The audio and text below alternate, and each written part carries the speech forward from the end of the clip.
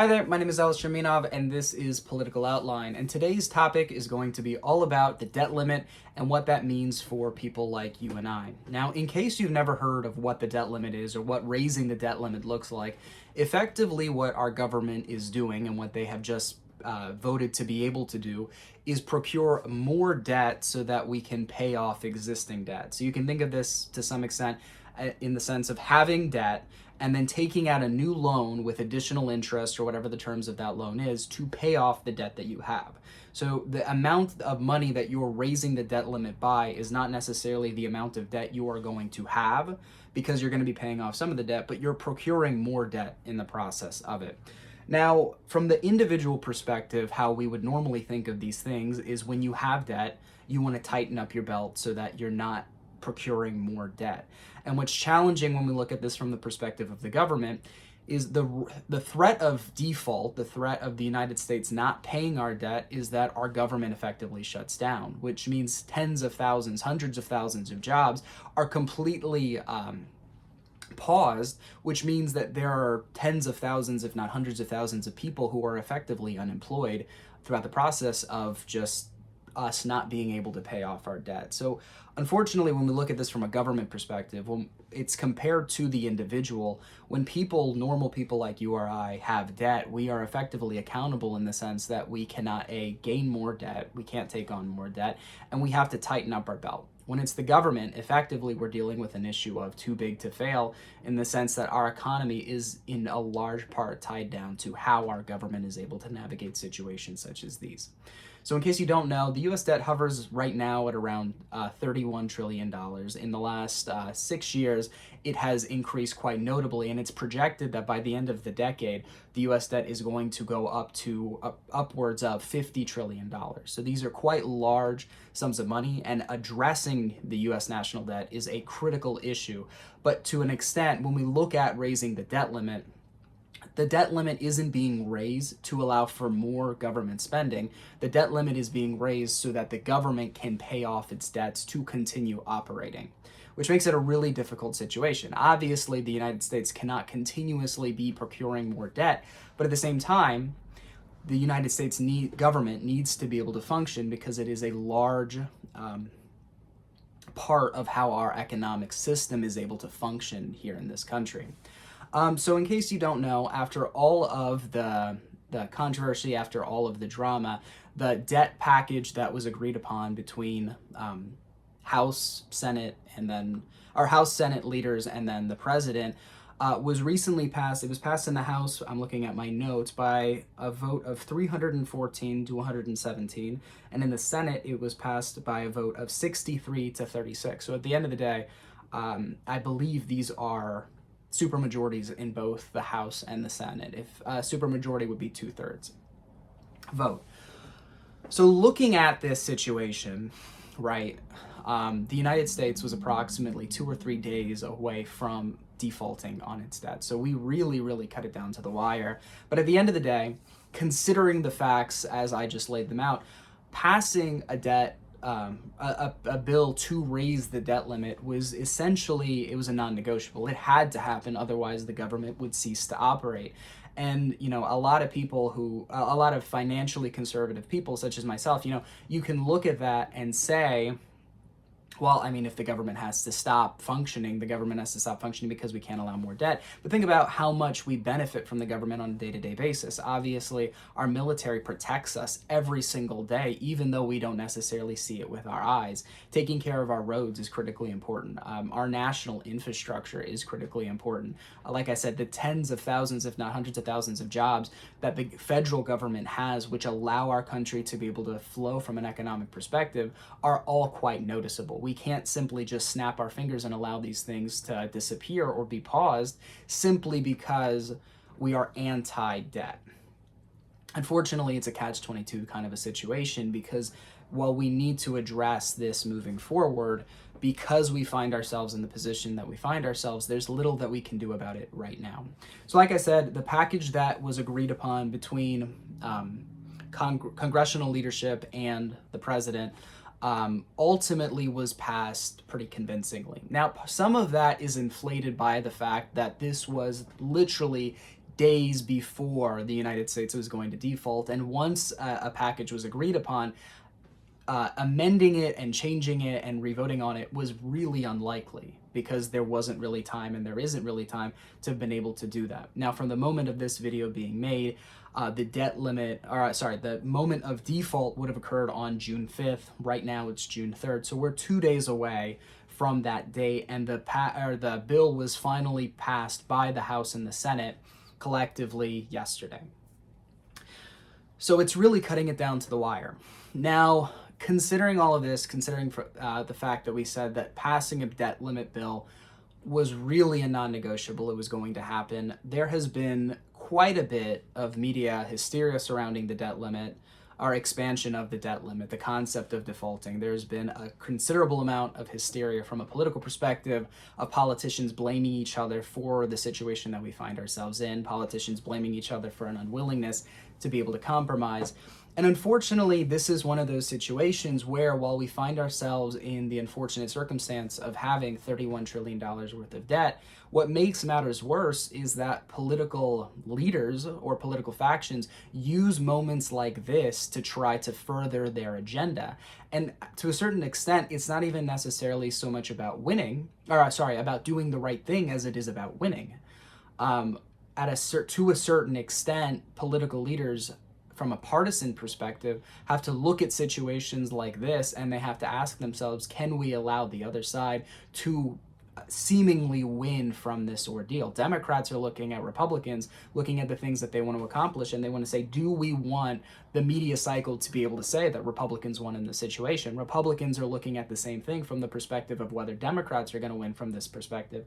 And when you look at the United States political machine of our continuous elections that happen from a national perspective every 2 years, we're on the doorstep of a presidential campaign that has already proven that it's going to be a very contentious race, both on the Democratic side and the Republican side, perhaps a little bit less on the Democratic side in the primary, but nevertheless, we know that a contentious political battle is on the footsteps, or the footsteps of our future. And so a lot of political players, a lot of power brokers are looking at situations such as these with the future in mind. And ultimately, from a social perspective, from an individual perspective, from a citizen perspective, that's simply unacceptable. You know, we elect leaders to represent us from the perspective of leading us in the way of trying to find the best solutions possible, not necessarily further political agendas.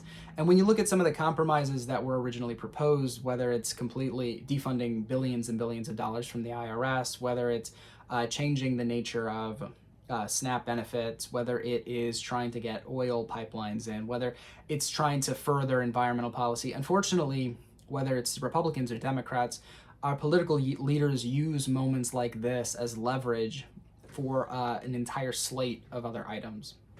At one point, or through the process of it all, some legislators wanted to include an impeachment vote as a part of this the expansion of the debt limit bill.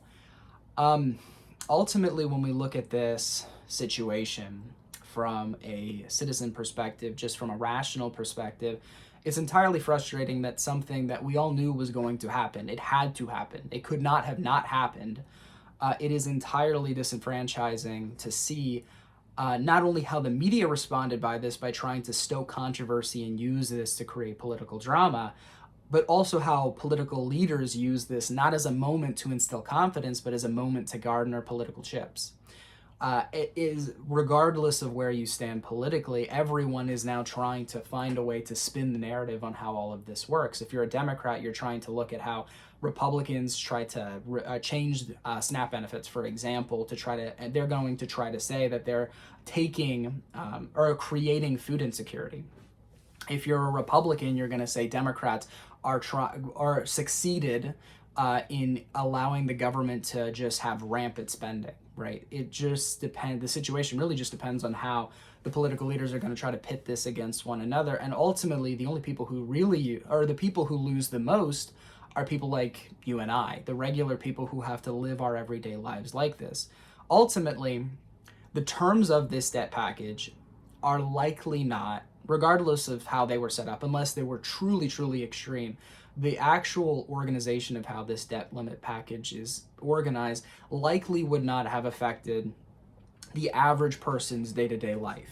Now, of course, if you're a person who utilizes SNAP benefits, this is something that could affect you. It's not going to affect all SNAP benefit recipients, but it might affect enough of them.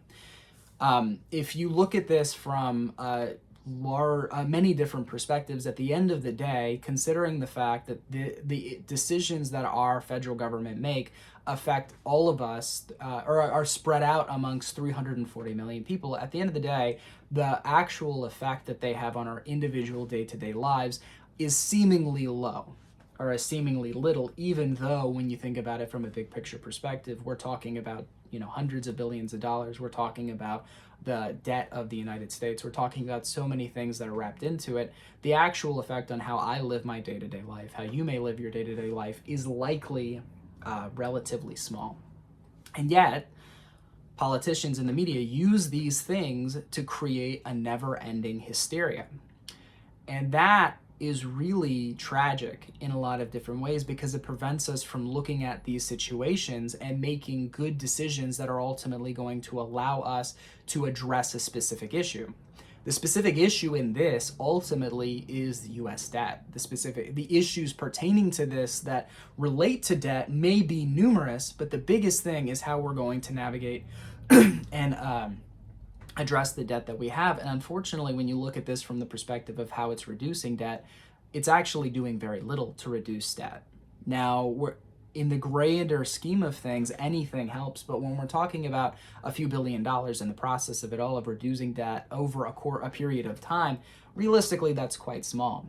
And part of that is promulgated by the fact that our political leaders are focused on these short-term wins that they're going to carry with them to the next election cycle, and they're not necessarily focused on the actual issues that need to be addressed. One of the problems with representative democracy as we have it, or the democratic republic that we have it, is because people are elected on such a rapid pace, ultimately political leaders' primary focus in many instances is their re-election bids. And when you compound this by the political party system that we have, where we effectively have two parties which are continuously pitted against each other, essentially the problem that we're left with is that these two machines are focused on every 2 years. They're focused on all of the elections that contribute to overall power, because that's what sustains them. And unfortunately, when you look at it from the perspective of, again, how it affects, you and me, we're not really considered in all of this. The political parties are considered in all of this. Media is considered in all of this.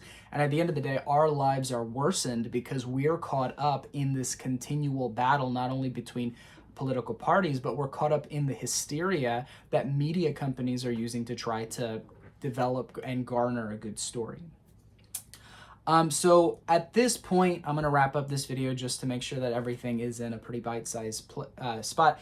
But the unfortunate reality is that media leaders, and I don't necessarily even just mean news companies, I mean podcasters, I mean YouTubers, I mean anything within the realm of political media, they use these moments to call out one side over the other. Now, ultimately, wherever the government is concerned, I've been around the government and worked within and around the government long enough to know everyone's ideology on how the government works is very different.